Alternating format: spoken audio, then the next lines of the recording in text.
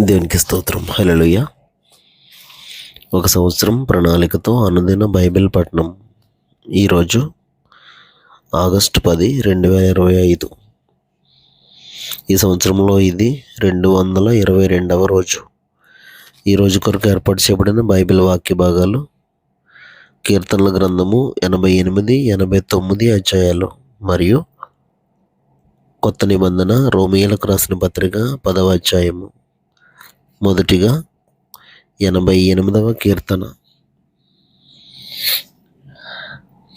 యెహోవా నాకు రక్షణకర్తవగు దేవా, రాత్రివేళ నేను నీ సన్నిధిని మొర్రపెట్టునాడు. నా ప్రార్థన నీ సన్నిధిని చేరునుగాక. నా మొర్రకు చెవియొగ్గుము. నేను ఆపదలతో నిండి ఉన్నాను. నా ప్రాణము పాతాళమునకు సమీపించి ఉన్నది. సమాధిలోనికి దిగువారిలో నేనొకనిగా ఎంచబడితిని. నేను త్రాణలేని వాని వలె అయితిని. చచ్చిన వారిలో విడువబడిన వాడనైతిని. నేను సమాధిలో పడి ఉన్న హతులలో ఒకని వలె అయితిని. నీవిక స్మరింపని వారి వలె అయితిని. వారు నీ చేతిలో నుండి తొలగిపోయి ఉన్నారు గదా. అగాధమైన గుంటలోను, చీకటి గల చోట్లలోను, అగాధ జలములలోను నీవు నన్ను పరుండబెట్టి ఉన్నావు. నీ ఉగ్రత నా మీద బరువుగా ఉన్నది. నీ తరంగములన్నీ నన్ను ముంచుచున్నవి. నా నెలవరులను నాకు దూరముగా నీవు ఉంచి ఉన్నావు. నీవు వారి దృష్టికి నన్ను హేయునిగా చేసి ఉన్నావు. వెలుపలికి రావల్ల కాకుండా నేను బంధింపబడి ఉన్నాను. బాధ చేత నా కన్ను క్షీణించుచున్నది. యెహోవా, ప్రతిదినము నేను నీకు మొర్రపెట్టుచున్నాను. నీ వైపు నా చేతులు చాపుచున్నాను. మృతులకు నీవు అద్భుతములు చూపెదవా?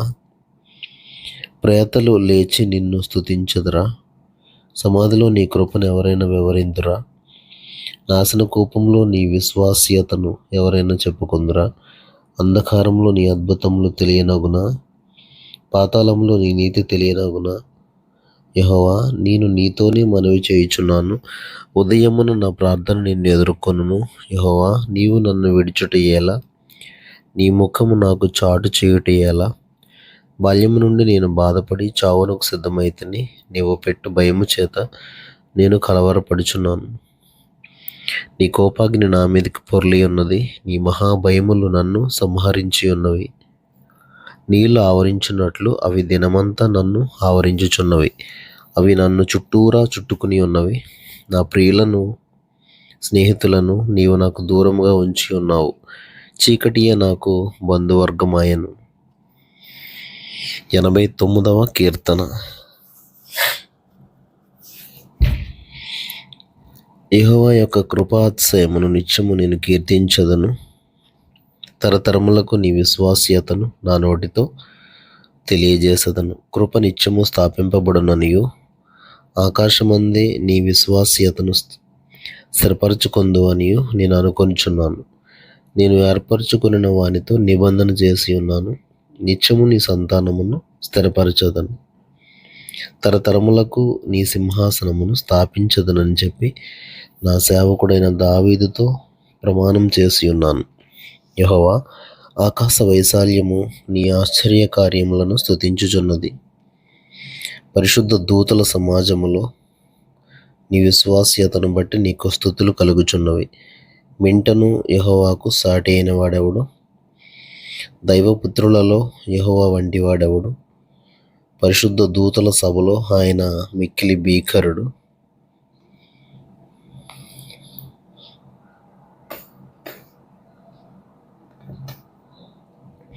తన చుట్టూనున్న వారందరికంటే భయంకరుడు.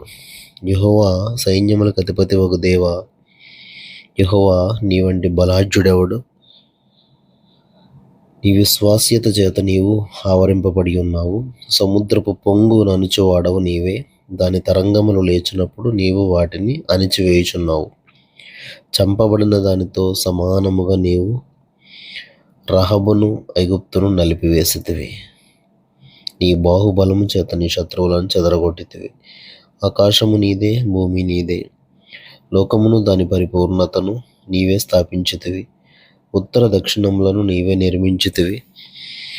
తాబోరు హెర్మోనులు నీ నామమును బట్టి ఉత్సాహధ్వని చేయుచున్నవి. పరాక్రమము గల బాహువు నీకు కలదు. నీ హస్తము బలమైనది, నీ దక్షిణ హస్తము ఉన్నతమైనది. నీతి న్యాయములు నీ సింహాసనమునకు ఆధారములు. కృపాసత్యములు నీ సన్నిధానవర్తులు.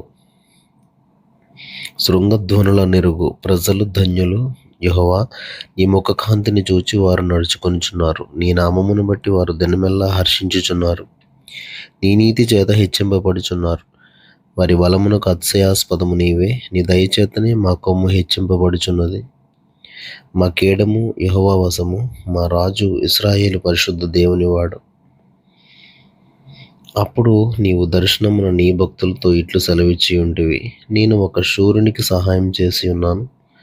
ప్రజలలో నుండి ఏర్పరచబడిన ఒకని నేను హెచ్చించి ఉన్నాను. నా సేవకుడైన దావీదును నేను కనుగొని ఉన్నాను. నా పరిశుద్ధ తైలముతో అతన్ని అభిషేకించి ఉన్నాను. నా చెయ్యి ఎడతెగక అతనికి తోడై ఉండును. నీ బాహుబలము అతన్ని బలపరచును. ఏ శత్రువును అతని మీద జయమునందడు. దోషకారులు అతని బాధపరచరు. అతని ఎదుట నిలవకుండా అతని విరోధులను నేను పడగొట్టెదను. అతని మీద పగపట్టు వారిని మొత్తెదను. నా విశ్వాస్యతయు నా కృపయు అతనికి తోడై ఉండును. నా నామమును బట్టి అతని కొమ్ము హెచ్చింపబడును. నేను సముద్రము మీద అతని చేతిని, నదుల మీద అతని కుడి చేతిని ఉంచెదను. నీవు నా తండ్రివి, నా దేవుడవు, నా రక్షణ దుర్గము అని అతడు నాకు మొరపెట్టును. కావున నేను అతని జ్యేష్ఠ కుమారునిగా చేయుదును. భూరాజులలో అత్యున్నతునిగా నుంచెదను. నా కృప నిత్యము అతనికి తోడుగా ఉండజేసెదను. నా నిబంధన అతనితో స్థిరముగా నుండును. శాశ్వత కాలం వరకు అతని సంతానమును, ఆకాశమున్నంత వరకు అతని సింహాసనమును నేను నిలిపెదను. అతని కుమారులు నా ధర్మశాస్త్రం విడిచి నా న్యాయ విధులను ఆచరింపని ఎడల వారు నా కట్టడలను అపవిత్రపరిచి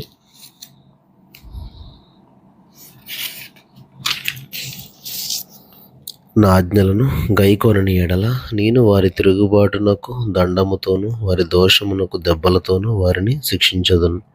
కానీ నా కృపను అతనికి బొత్తిగా ఎడము చేయను. అబద్ధికుడనై నా విశ్వాస్యతను విడువను. నా నిబంధనను నేను రద్దుపరచను. నా పెదవుల గుండా బయలువెళ్ళిన మాటను మార్చను. అతని సంతానము శాశ్వతముగా ఉండుననియు, అతని సింహాసనము సూర్యుడున్నంతకాలము నా సన్నిధిని ఉండుననియు, చంద్రుడున్నంతకాలము అది నిలుచుననియు, మింట నుండి సాక్షి నమ్మకముగా ఉన్నట్లు అది స్థిరపరచబడుననియు నా పరిశుద్ధత తోడని నేను ప్రమాణము చేసి తిని, దావీదుతో నేను అబద్ధమాడను. ఇట్లు సెలవిచ్చియుండియు నీవు మమ్ము విడనాడి విసర్జించి ఉన్నావు. నీ అభిషిక్తుని మీద నీవు అధిక కోపం చూపి ఉన్నావు. నీ సేవకుని నిబంధన నీకు అసహ్యమాయెను. అతని కిరీటమును నేల పడద్రోసి అపవిత్రపరిచి ఉన్నావు. అతని కంచెలన్నీయు నీవు తెగగొట్టి ఉన్నావు. అతని కోటలు పాడు చేసి ఉన్నావు. త్రోవను పోవు వారందరూ అతన్ని దోచుకొనుచున్నారు. అతడు తన పొరుగు వారికి నిందాస్పదుడాయను. అతని విరోధుల కుడి చేతిని నీవు హెచ్చించి ఉన్నావు. అతని శత్రువులనందరినీ నీవు సంతోషపరిచి ఉన్నావు. అతని ఖడ్గం ఏమీ సాధింపకుండా చేసి ఉన్నావు.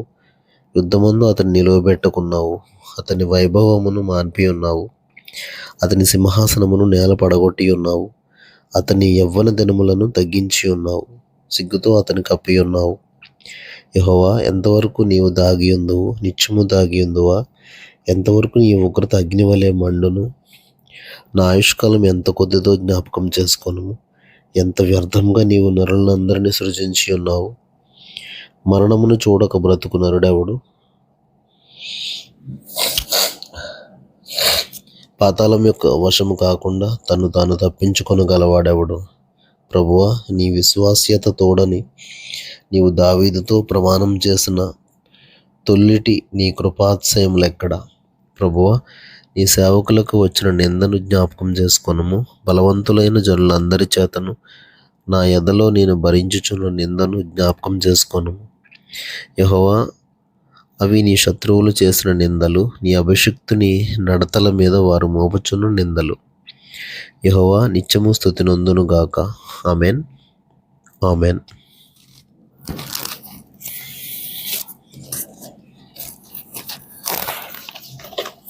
క్రొత్త నిబంధన అపోస్తలుడైన పౌలు రోమీయులకు రాసిన పత్రిక 10వ అధ్యాయము 21 వచనాలు.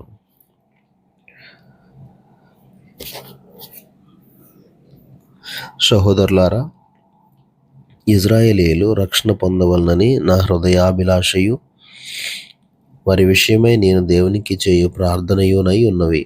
వారు దేవుని యందు ఆసక్తి గలవారిని వారిని గూర్చి సాక్ష్యం ఇచ్చుచున్నాను.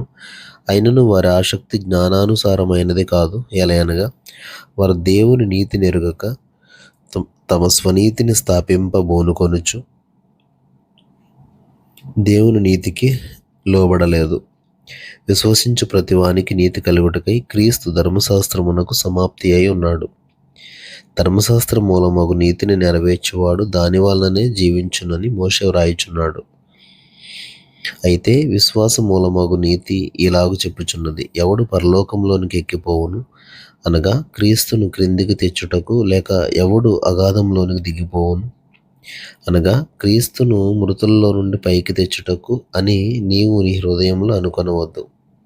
అదేమని చెప్పుచున్నది: వాక్యము నీ యొద్దను, నీ నోటను, నీ హృదయంలోనూ ఉన్నది. అది మేము ప్రకటించు విశ్వాస వాక్యమే. అదేమనగా, యేసు ప్రభువని నీ నోటితో ఒప్పుకొని దేవుడు మృతుల్లో నుండి ఆయనను లేపినని నీ హృదయమందు విశ్వసించిన యెడల నీవు రక్షింపబడదువు. ఎలయనగా నీతి కలుగునట్లు మనుష్యుడు హృదయంలో విశ్వసించును, రక్షణ కలుగునట్లు నోటితో ఒప్పుకొనును. ఏమనగా, ఆయన యందు విశ్వాసముంచు వాడెవడును సిగ్గుపడడని లేఖనం చెప్పుచున్నది. యూదుడని గ్రీసు దేశస్థుడని భేదం లేదు. ఒక్క ప్రభువే అందరికీ ప్రభువై ఉండి తనకు ప్రార్థన చేయు వారందరి ఎడల కృప చూపుటకు ఐశ్వర్యవంతుడై ఉన్నాడు. ఎందుకనగా ప్రభువు నామమును బట్టి ప్రార్థన చేయువాడెవడో వాడు రక్షింపబడను. వారు విశ్వసింపని వానికి ఎట్లు ప్రార్థన చేయుదురు? వినని వానిని ఎట్లు విశ్వసించుదురు? ప్రకటించువాడు లేకుండా వారెట్లు విందురు? ప్రకటించువారు పంపబడని ఎడల ఎట్లు ప్రకటించుదురు? ఇందు విషయమై ఉత్తమమైన వాటిని గూర్చిన సువార్త ప్రకటించు వారి పాదములెంతో సుందరమైనవి అని వ్రాయబడి ఉన్నది. అయినను అందరూ సువార్తకు లోబడలేదు. ప్రభువా, మేము తెలియజేసిన సమాచారం ఎవడు నమ్మెను అని యెషయా చెప్పుచున్నాడు గదా. కాగా వినుట వలన విశ్వాసం కలుగును, వినుట క్రీస్తును గూర్చిన మాట వలన కలుగును. అయినను నేను చెప్పినదేమనగా, వారు వినలేదా? విన్నారు గదా. వారి స్వరము భూలోకమందంతటికిని, వారి మాటలు భూదిగంతముల వరకును బయలువెళ్ళాను. మరియు నేను చెప్పినదేమనగా, ఇజ్రాయేలునకు తెలియకుండెనా? జనము కాని వారి వలన మీకు రోషం పుట్టించదను, అవివేకమైన జనము వలన మీకు ఆగ్రహం కలుగజేతును అని మొదట మోషే చెప్పుచున్నాడు. మరియు యెషయా తెగించి, నన్ను వెదకని వారికి నేను దొరికితిని, నన్ను విచారింపని వారికి ప్రత్యక్షమైతిని అని చెప్పుచున్నాడు. ఇశ్రాయేలు విషయమైతే, అవిధేయులై ఎదురాడు ప్రజలకు నేను దినమంతయు నా చేతులు చాచితిని అని చెప్పుచున్నాడు. దేవుడు తన పరిశుద్ధ వాక్యమును మన వినికిడిలో దీవించునుగాక. ఆమేన్.